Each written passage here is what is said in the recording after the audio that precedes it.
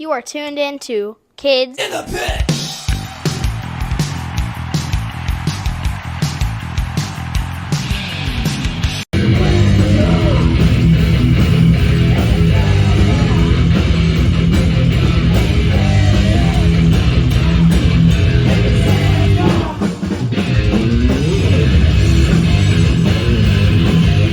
Hey guys, it's Gabe from the Kids in the Pit podcast. Today I'm joined by Rob Rampy from D.R.I. Thanks for joining me. I've seen you guys 6 times, I think. Wow, cool. I've seen you each time, I think. Probably. So, what do you do in D.R.I., aka Dirty Rotten Imbeciles? I'm the drummer for D.R.I. I have been playing in the band for almost 30 years. Wow. I took a few years off, and they had a couple other guys that filled in on drums for a number of years. About 4 years, I took off, but it's coming up to I think over 30 years. I think June. When is it? Yeah, August will make 31, so it's 30 years now for me. Wow. Uh, Yeah. so yeah, I know you have a cool story you told me before about like how you joined yeah, you've told me about a story that you how you joined D.R.I. You want to share it? Yeah. Yeah, okay. The my story of how I joined DRI. It was really interesting. I was living in a small little town in Florida called Winter Haven, Mhm. and I was over at a friend's house who who invited me over the day before, and they said, "Hey, why don't you come over to our house?" I was kind of new in the town. I didn't know anybody, and someone from my work invited me over to their place, and they turned out they were, they were selling marijuana over there. So I was like, yeah, sure, I'll go over there, I'll buy some marijuana.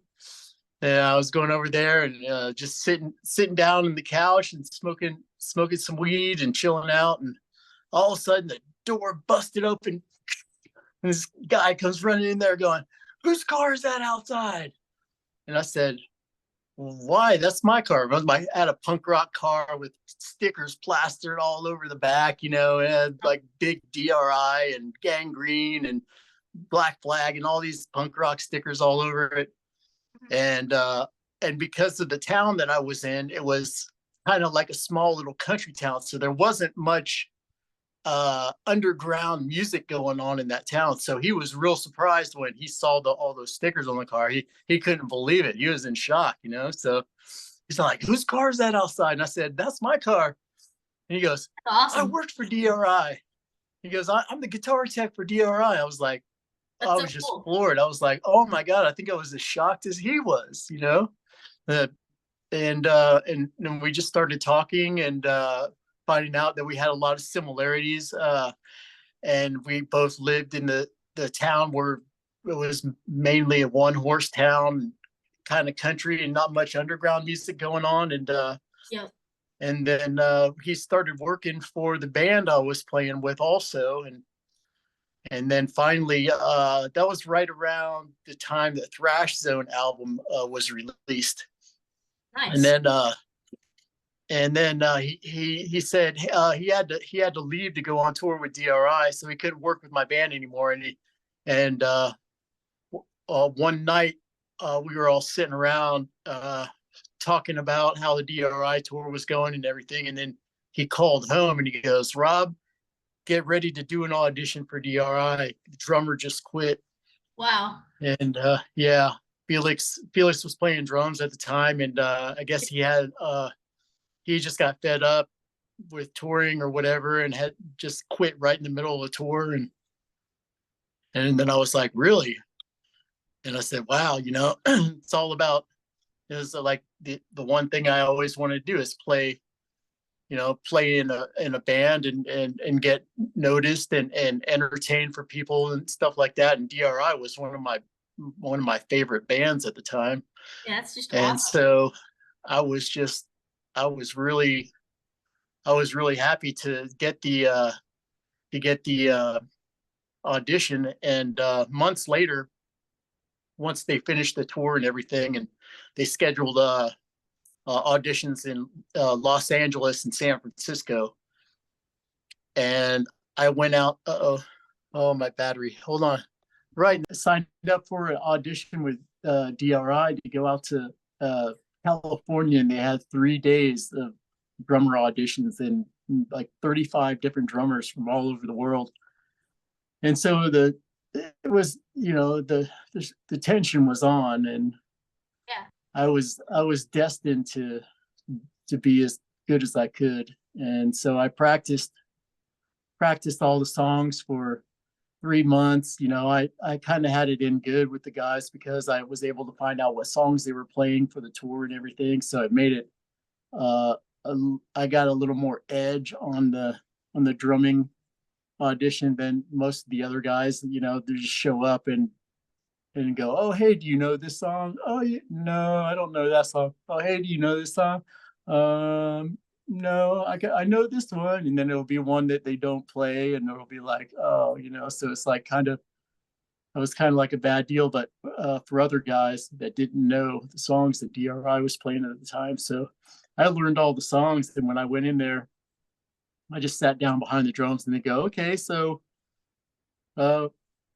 what songs do you know? And I said, all of them.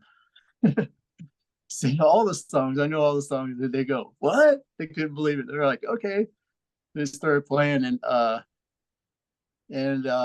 we just kept going. I went past the next guy's turn, and we just kept playing more songs, and went past the next guy's turn, playing more songs, and everybody was real happy with how it turned out. And so they asked me on the first day. They said, would you mind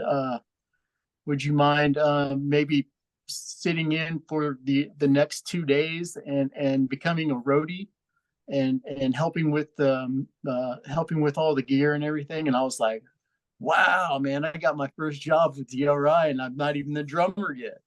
I was like, wow, that's so cool, man. So I said, yeah, definitely. And I had just planned enough days on my flight where I could do it, and it turned out perfect. I ended up going all the way down to Los Angeles, and there was some other guys, some of my mentors that were trying out also. Avery Smith from Suicidal Tendencies is the first drummer from the first record, Suicidal Tendencies. I totally love that record. And he tried out, and I was like, oh my God, I can't believe it. I can't believe this.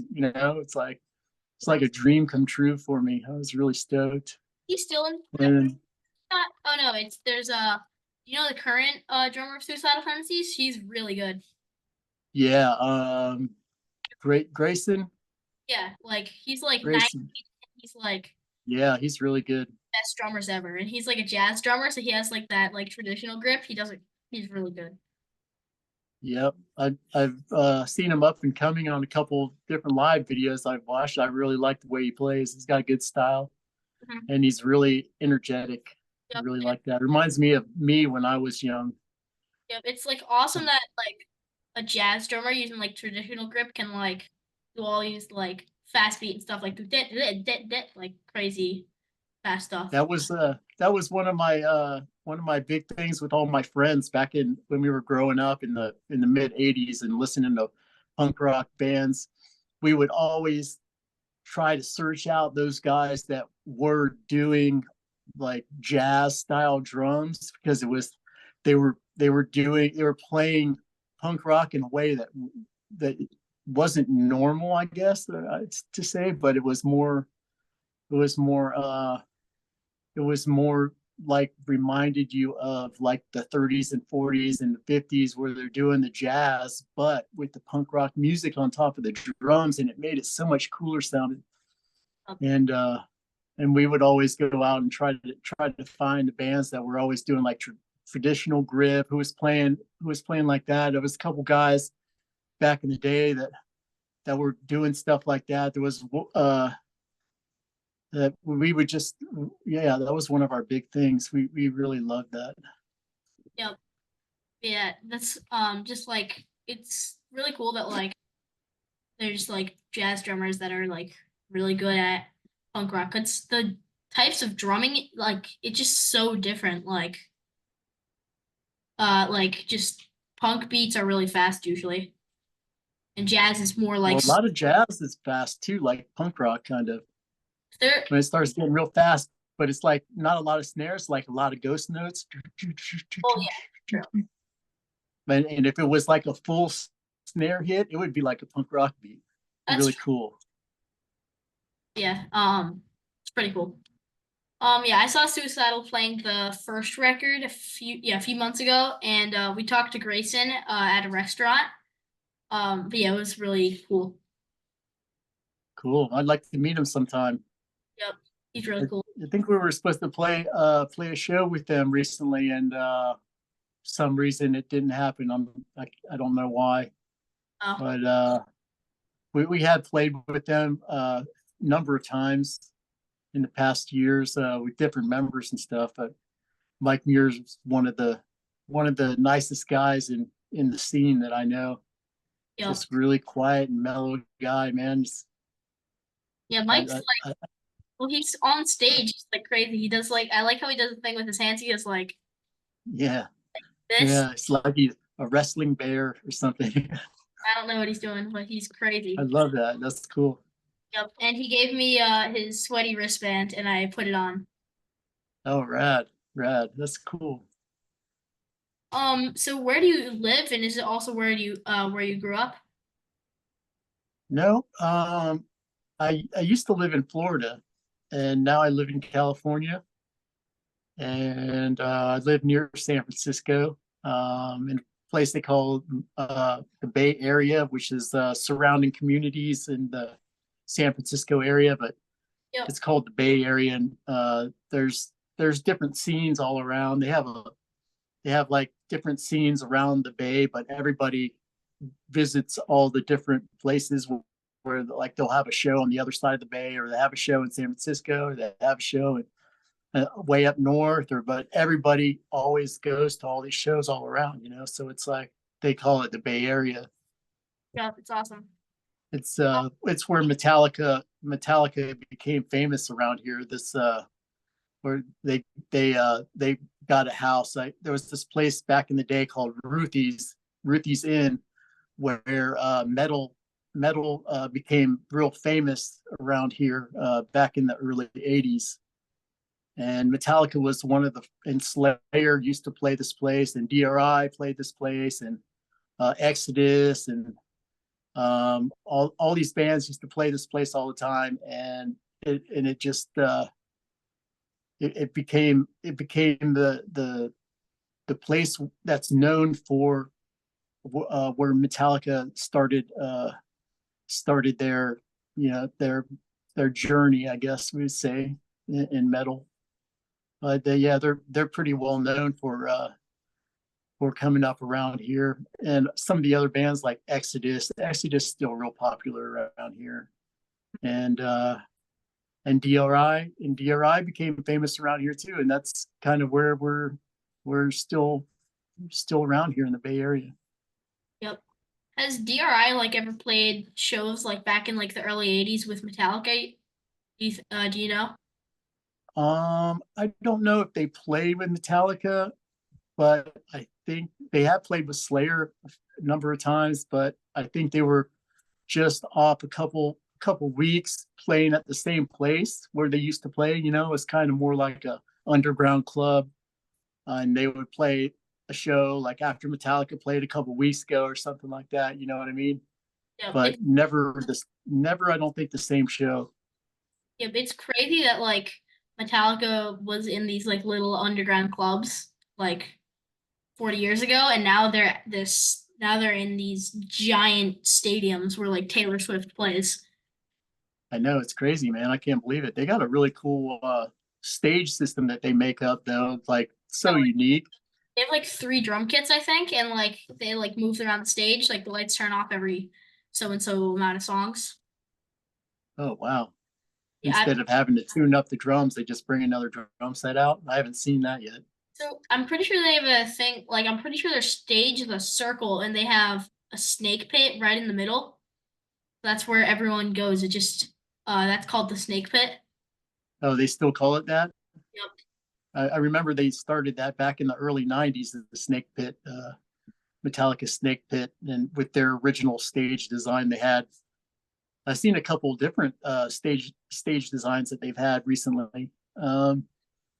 Yeah, I haven't been to one of their shows. The ticket price is pretty high. I Yeah, don't think it's something I could. Yeah, it's pretty hard to believe. yep. I doubt I'll ever get to see them, but maybe someday if like yeah, it's just super expensive. It's like a few $100s to be like pretty far from them. And if you want snake pit, you're gonna have to pay like $1,000, I bet. Oh wow. Yeah, they're really expensive. And one amazing thing about DRI is tickets are like $15 for right up to the stage, not 1,000. Yeah, yeah. We try to keep the price as low as we can, depending on where we're at. Sometimes it can get up to about 25, but we try to keep it about 15 if we can. Yep. My favorite DRI song is Syringes in the Sandbox. And Kurt even let me sing it with him a couple times. Do you have a I favorite DRI? remember you telling me. I remember you telling me that one time. Yeah. Yeah, I remember that was the first time that I noticed that you were at one of the shows and just jumped up there, and I was totally shocked. I had no idea that you were going to be up there. So Yeah. it was like, did you have it planned with anybody to get up there? Kinda. So, what was it mainly just, Mom, was it mainly just Spike? What was it? Greg saw your Madball video. Oh, no, yeah, it was Greg's idea. Oh, okay, cool. Spike. Greg said, I'm going to give you my mic Yeah, because he saw you singing with Madball in a video. yeah. That was awesome. Okay. Yeah, Wow, that's cool. do you have a favorite DRI song? Favorite DRI song? Oh, that's man. Yeah, that's um I I think I think my favorite DRI song of all time would probably be "I Don't Need Society." That's one that I grew up with. The first time I heard that, I heard it on the radio while I was driving my car. We used to have a college station in Florida that would play hardcore music on like Tuesday nights or something. And I would be out. It was really far away. It was like maybe 90 miles away, the radio station from my house. So I would take a jam box and I'd stick a cassette in there and push record, and I'd stand outside and I'd hold it up in the air like this, trying to get the best reception. And I'd just walk around all night. It was like an hour and a half show. And I would always try to find the best reception, try to get it in. Sometimes it would just totally vanish. But I'd be recording it the whole time. And that was when I first heard DRI, I Don't Need Society. And it came on, and I was like, oh my God, the way it sounded with the drums and the double bass intro. And it was just like, I heard that, I was like, man, that's what I want to do. I just knew it right away. I was like, that's what I want to do. Was that the first time you ever heard DRI? No, I had been listening to D.R.I for a number of years with their first record, but I didn't know that they had come out with another record. The first Dirty Rotten EP, I used to listen to it all the time. It was one of my favorite records. Well, and but then that's when I started getting into more punk rock. I was getting turned on to more stuff, and I didn't know that they had just made a record and it got played on the radio. And it was right around the time it got released, around 1980, beginning in 1986, the end of 1985. Yeah. And that's when they played it, and I was just floored. It was like, wow, man. Yep. That was the most incredible song. When it goes into the fast part and that fast part plays, oh, it was like there's nothing in my world that it's, as far as music goes, that it was like audio candy, I guess. It was like, how do they say, ear candy or whatever. It was just amazing. Dealing with It's definitely my favorite DRI album. Yeah, Dealing with It has a lot of different sounds, kind of different productions and different styles of music. It's got a lot of vastness, and you can tell from listening from one song from one side of the record to the other side of the record that it's just, they spent a lot of time with different songs, and I really like the way it helped shape my career. That record, it was really one of the biggest influences next to Suicidal's first record. Those two records were like my absolute favorite when I was growing up. Yep. Like dealing with it and suicidal tendencies self-titled, like just like I've heard pretty much all the songs on both of those albums and they're just all so good. Yeah, every one of the songs, there's not really a bad song on any of the records, either one of those two records. It seems like with most bands, like the best records are first like few, right? Because my What? favorite, I feel like with most bands, like the best records are the first few. Because I feel like with D.R.I, the best records are probably Thrash Hard and Dealing with It. Thrash Zone. What did I say? Thrash Hard. Oh, Thrash Zone. Yeah, I was thinking Yeah, I guess mixed up. Thrash Hard came out. I don't think I've heard the Dirty Rotten LP yet. Or no, EP. Yeah, said it wrong. But yeah, and the only album I know like completely by Suicidal Tendencies is the self-titled. I haven't heard much else, but like yeah, I'm more into the first album than the rest that I've heard. Yeah, well, I kind of consider Dealing with It the first DRI record, even though they had the EP before that, because originally it was only a 45. Yeah. And then they made the 12-inch after the 45 came out. So originally it was on 45 record. It wasn't a full 12-inch record. So I always considered when Dealing with It came out, it was a long extended play record. It was a longer play record so than the EP. And yeah, so that one's kind of hard. I always consider it EP when everybody goes the first record. I always get confused. Which one are you talking about? Yeah, which one are you talking about? You know what I mean? Yep. Because there are some of the same songs on both records, so with different, they sound kind of different. Yep. Like what's one of the Madman and Couch Slouch are both on both of those records, and some of the outtakes that they have now of other songs that are on there. Also, I don't know if you know about that, the re-release of the EP that has some demo versions before Dealing with It came out. I know there's demo versions like on Spotify on the Dealing with It album. There's like takes of like Couch Slouch and a ton of others. Yeah, I've heard a few of those. Yep.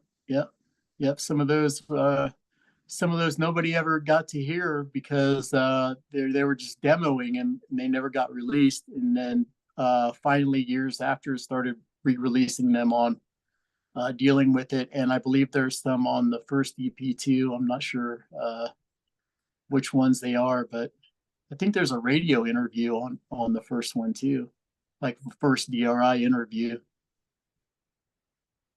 How old were you when you started playing drums?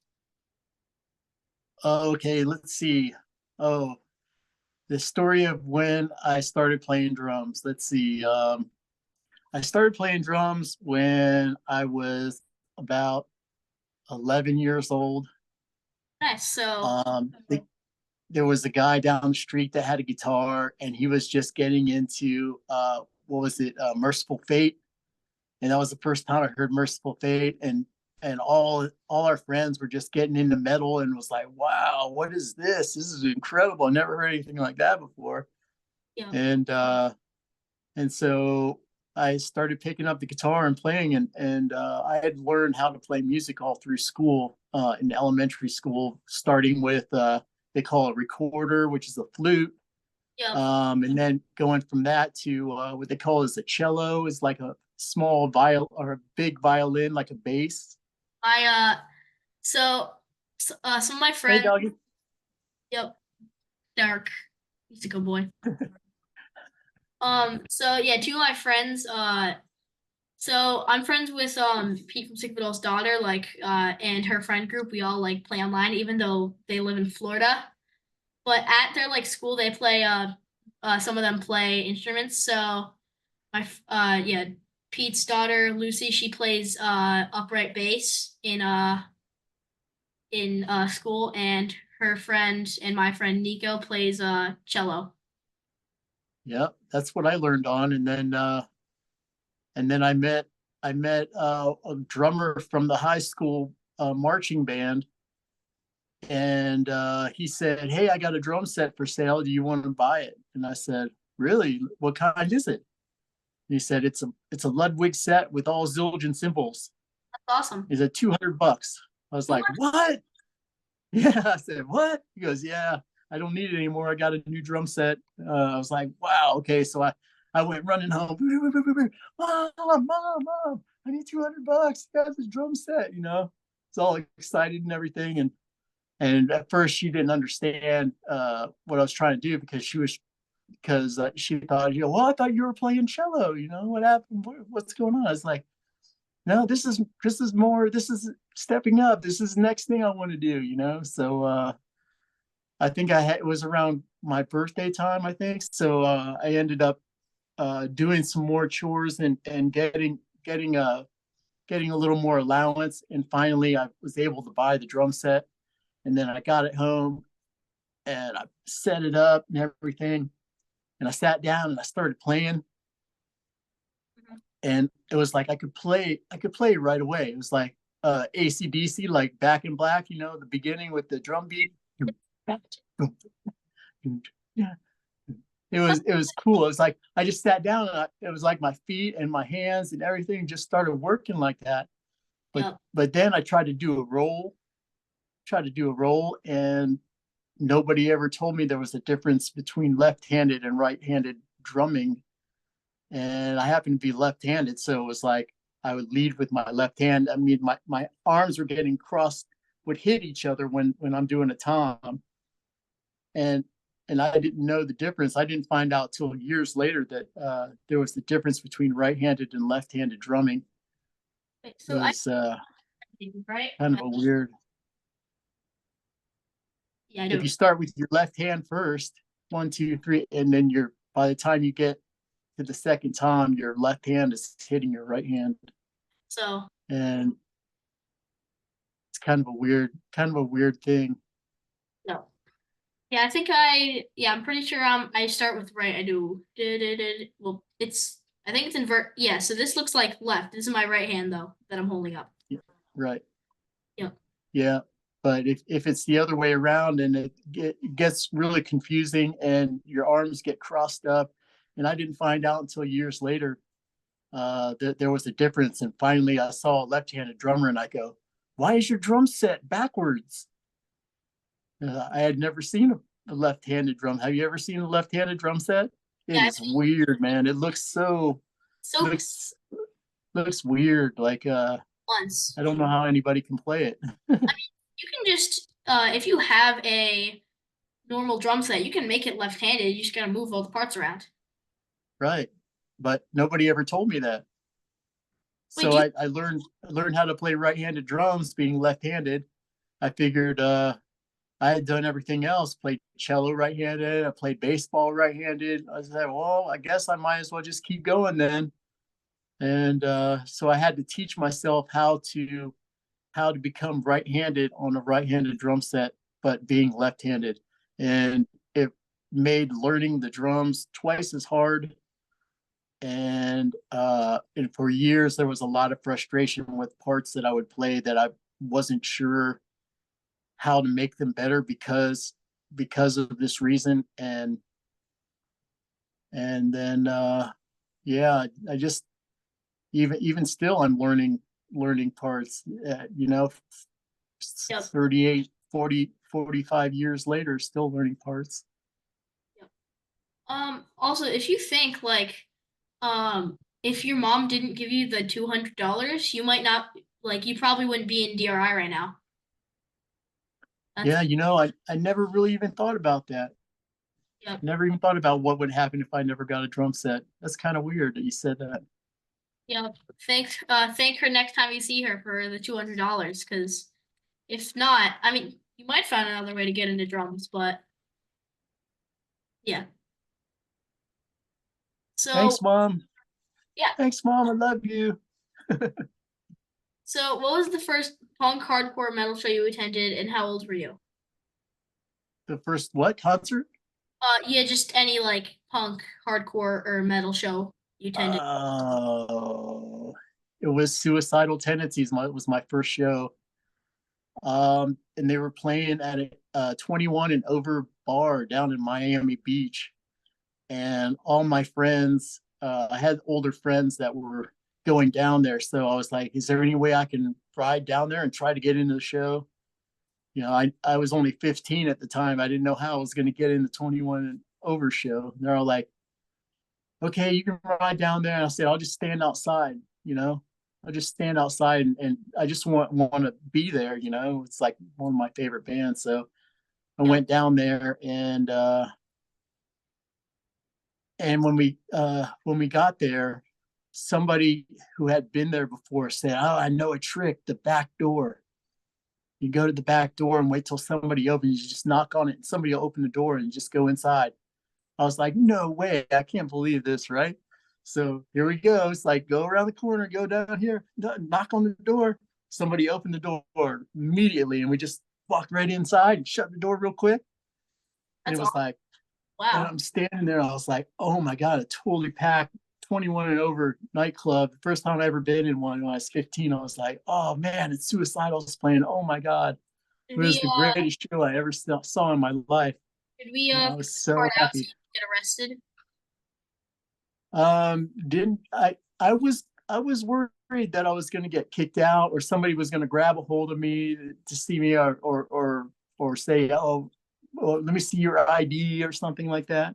But none of those things ever happened. And I was like, the whole night, I went through the whole night and saw Suicidal play. And it was the greatest show I ever saw. It was amazing. So, Robert Trujillo, he was the original bassist of Suicidal, right? No, that was, what's that? Or no, he wasn't original. I just know he. Lewis, Lewis Idol. That they have this band called Lewis Idol. Have you heard of them? No, I haven't. It's the bass player Lou. I don't know what his last name is, but he's the original bass player. Lewis, I think Lewis, but they call it Lewis Idol. Like, and he has his own kind of band with a different singer and different drummer and stuff.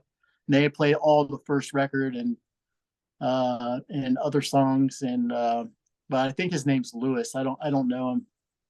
So I know cool. somebody who does know him, Um, but I never met him. so yeah, I guess Rob was. I know he was early, but I know, yeah, he was somewhere in the like early years. I think, like relatively early. Like, Yeah, he joined right around the time they started playing more like funk stuff and infectious grooves and stuff like that. I think that was when they like 80, 88, 87, 89, something like that. something like that. Yep. And But they had been playing for like 5 years already. yep. And then now Rob's son plays bass for Suicidal, which is cool. I know. I can't believe that. I found out about that last year, and I was floored. I was like, wow, that doesn't happen normally. You know what I mean? Never Yeah. hear about that. So Pretty cool. like, I think he's like 15 or something. I know he's pretty young, Maybe like 18. maybe, but I Oh. know he's like teenager to young adult age. That's great, man. I'm so happy for them that they're still playing and bringing new generation from the same members in the band. That's keeping it real. You know what I mean? I got it. That's I keeping it can. real. So, um, Mike. Guitarist Mike. The bassist Don't worry and about it. Mike. I'll look it up. Yeah, I don't know. So what are some of your favorite bands to see live? Favorite bands to see live? Yep. Bad Brains. Bad Brains are my favorite band to ever see live. Nice. They were just when they were playing in the mid '80s, they were just so tight, and they would come out and everyone would know what the next person was playing without even talking or looking at each other, and it was just the most intense show. I've learned so much about playing drums and music from the Bad Brains. I was, I just I'm so thankful that I got to see them play and uh, experience their music and their band and everything. They're just really major influence for me. I never really liked them that much.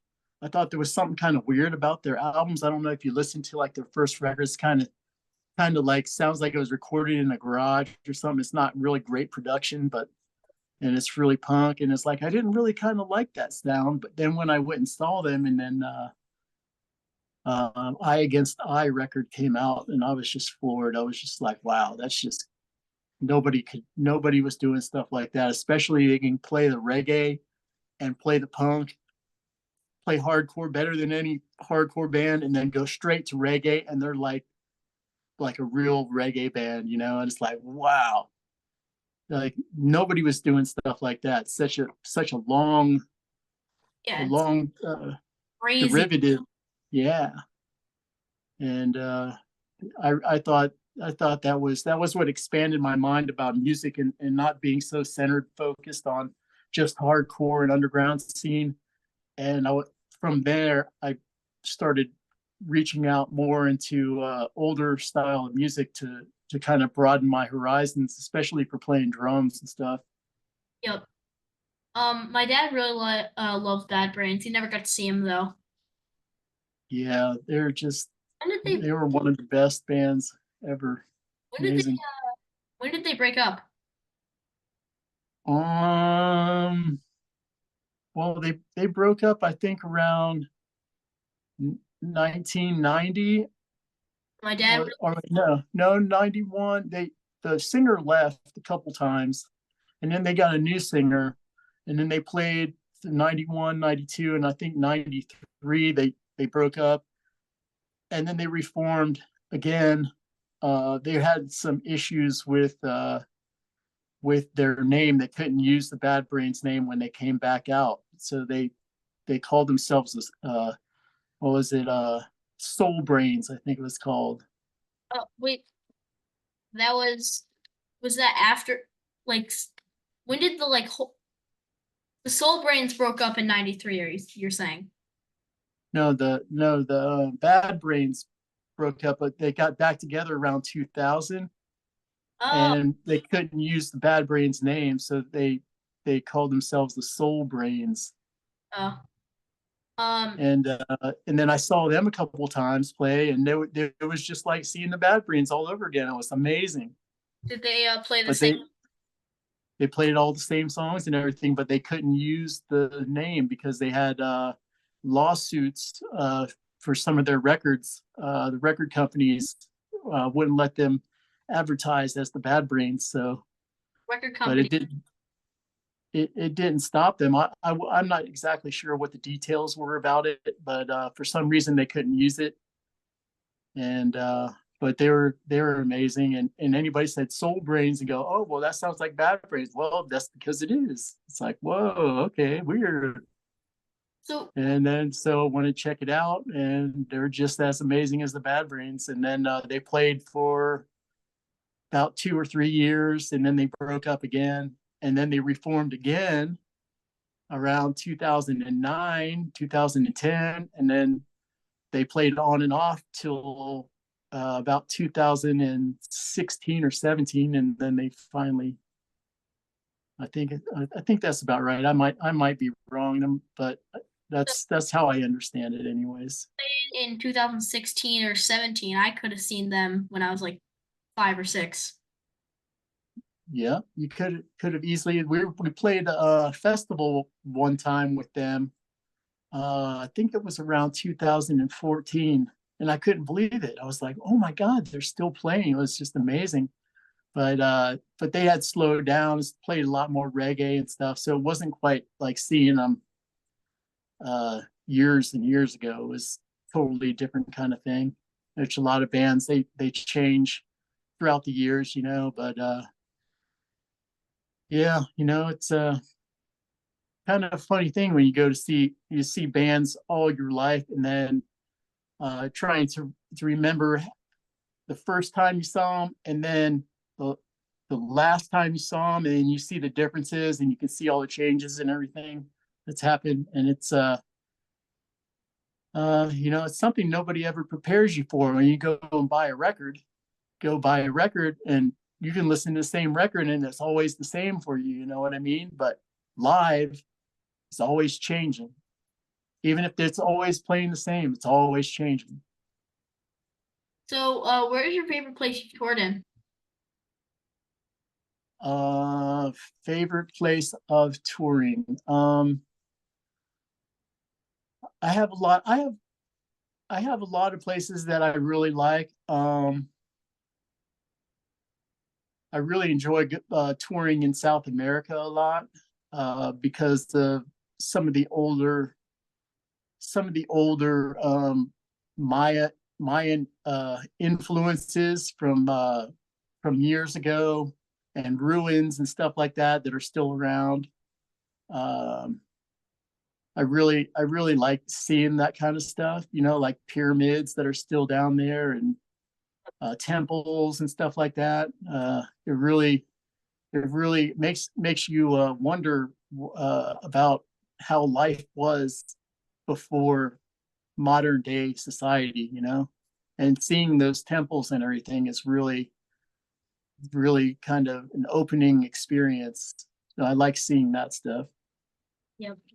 Uh, so it seems like DRI plays DRI plays bigger venues in South America than in like the US, right?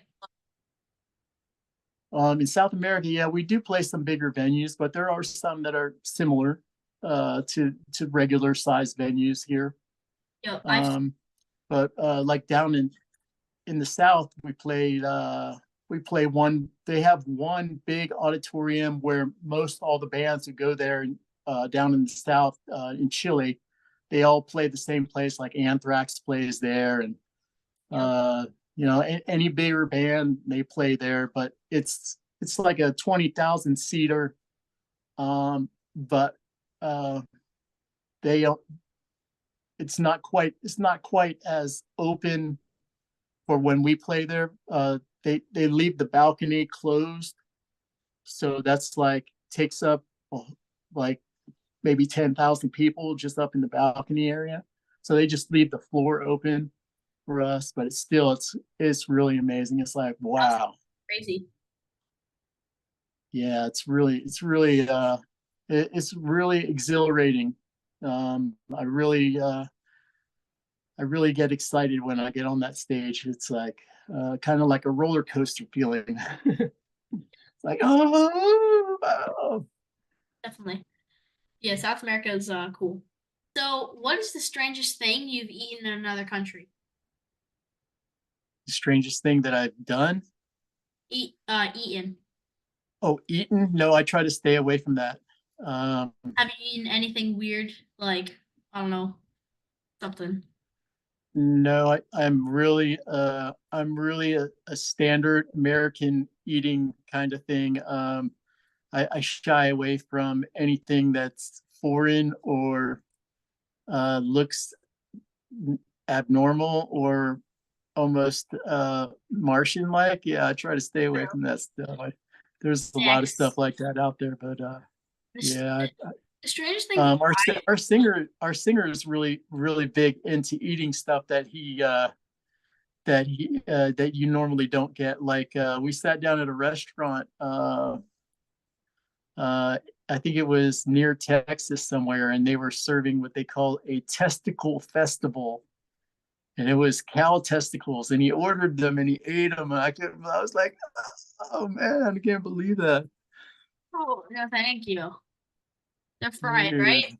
Are they fried? Yeah, it was weird. Kurt, he loves to eat stuff that is weird like that.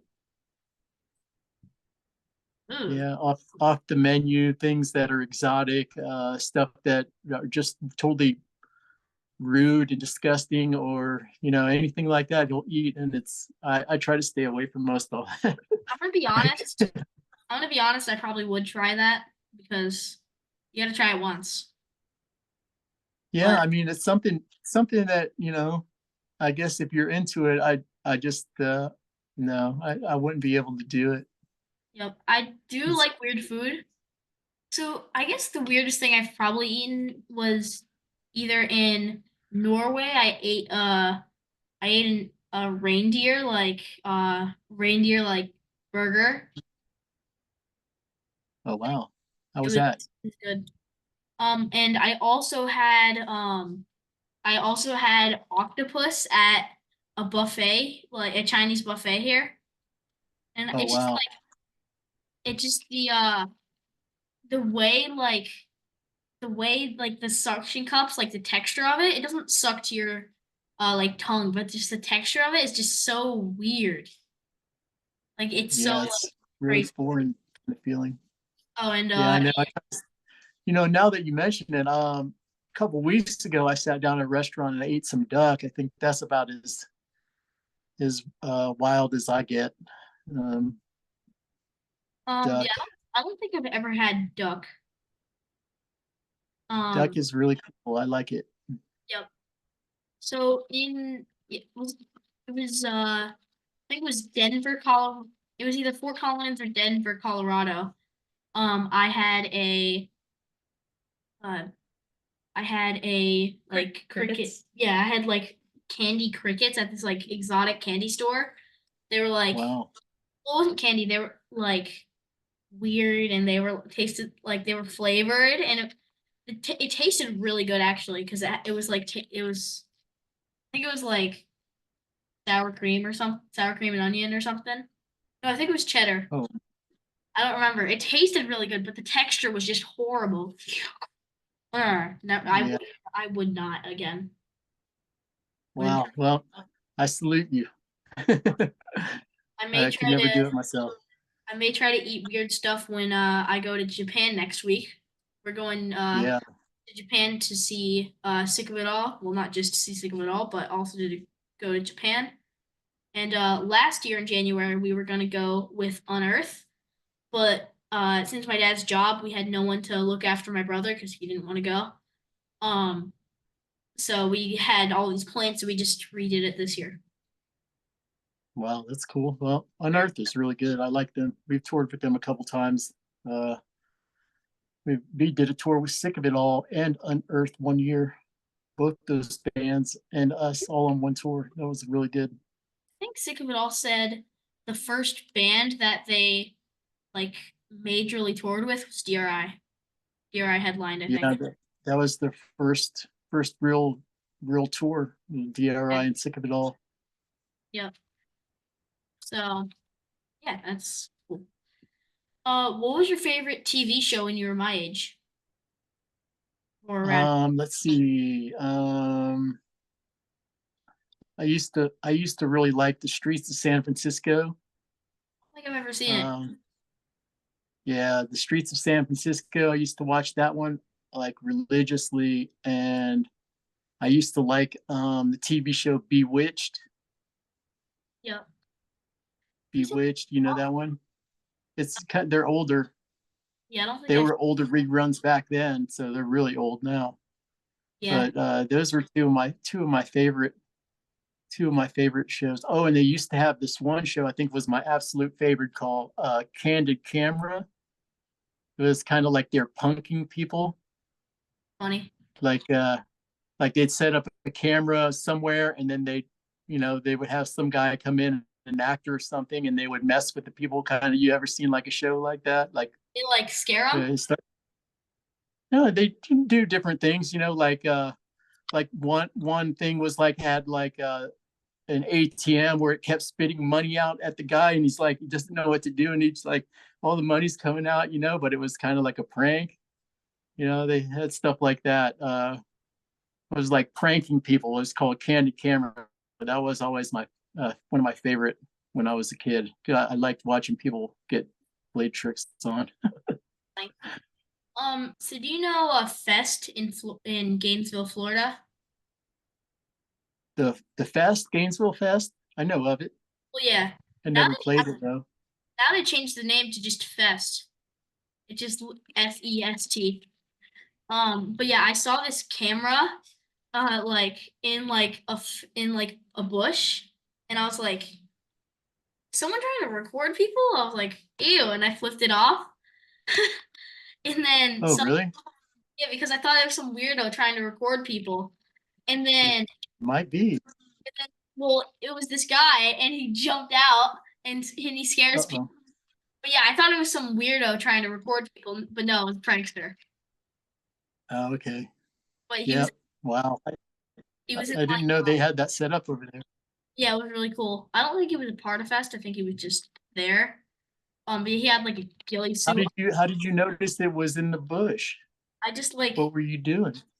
I just saw I was just walking down the sidewalk and I just saw it. I was like, that's a phone in there. Oh, wow. Like jumps out Weird. and he puts it on YouTube, so it's really cool. Wow. If you could be an animal for one day without the risk of being killed, if you could be any animal for one day without the risk of being killed and eaten, what would you choose? Um,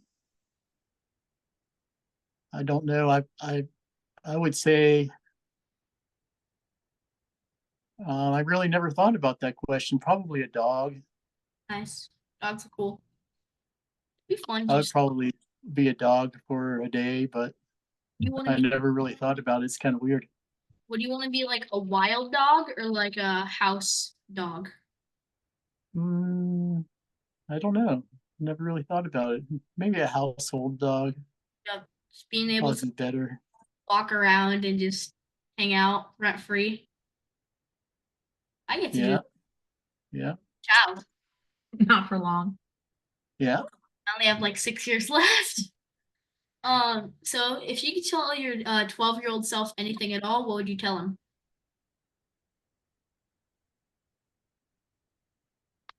Um, go buy that Gibson Les Paul down the end of your street. Well, It well, was I lived down the street from a guitar shop, and I would always see every time I drive home, I'd have to drive by the guitar place on my way home, and I would always see the Les Pauls in the window, oh, and I just wanted one really bad. they're Never cool. got a chance to get one, and I would go down there and stand in the store and gawk at them, Yep, they're going, awesome. wow, that's really cool, man. Wish I had one of those. Yep. How much was it back then? You know what? I really don't remember. I remember it was a lot more than I had. But it was a custom guitar shop, so they were really expensive. It's like they had a whole bunch of different custom ones up on the wall, hanging on the wall, just like right up here. And I'd go up there, I'd be like, oh, worshiping the guitar. Gibson. I just love the Randy Rhoads white Les Paul is like my favorite guitar in the whole world. I love that guitar. Gibson Les Pauls, like they can go for a lot. Like Yeah, it's I've seen really online for like multiple thousands of dollars. Like it's crazy. yeah. They're selling big money right now Like all and over the place. even like Didn't you just get one? so I got my latest guitar I got was for Christmas. It's a Jackson Lloyd Rose, and I got it from my Aunt Ashley. So it's a really cool guitar. Wow, cool, Yeah. man. And then I got before that I got an Epiphone Les Paul, and that was on our way to a suicidal show in I saw a video your mom had of that. You're Yeah. playing in the store. Yep. But yeah, like we were like, should we get it? Because it was covered in stickers. And we look on the back and there's a suicidal tendency sticker on the back. And I was like, that's Oh, destiny. I was like, got your name on it. Yep. Wow, cool. it's like, Amazing. so we bought it and now I have it. It was $269 That's cool. Epiphone Les Paul. Wow. That's a good deal. I think it Still expensive. new, it probably ran for 400 or so. They don't make them anymore, but it's from like 2016 or something. Yeah, it's Okay. They have so many different styles. It's hard to keep up with them. and they also put new pickups in it. They put Seymour Duncans in, which are $100 Oh, cool. pickups, and there were two in there, so that's $200 worth of pickups in there. So Yeah, I'm getting ready to put some Seymour Duncans in my new guitar. I'm having a guitar made right now. nice. I didn't Um, play guitar too. That's cool. I play guitar too. I originally started with guitar before I played drums, and I couldn't find a drummer in my town. I tried really hard, auditioned many drummers to try to fill in for the punk band I wanted to start, but nobody could play the beats that I wanted. So I decided I would do it instead Nice. and have somebody else play guitar. So anything to add before we wrap it up? Not really. Oh yeah, D.R.I is getting ready to go to Australia next month, and I'm really looking forward to doing that. Yep. And New Zealand, and that's the next thing we got lined up. First shows in 2024. And just like to say thank you for having me on Kids in the Pit. I really enjoyed it. Yeah. And have a good time in Japan. Yep. Hopefully I'll see you guys later this year. And also anyone in Australia or New Zealand, if yeah, check out those shows. Yep. So thanks to Rob for joining me today. And thanks to all of you for watching or listening. Please subscribe to my YouTube channel or follow me on Spotify and other streaming platforms. Until next week, bye. Bye.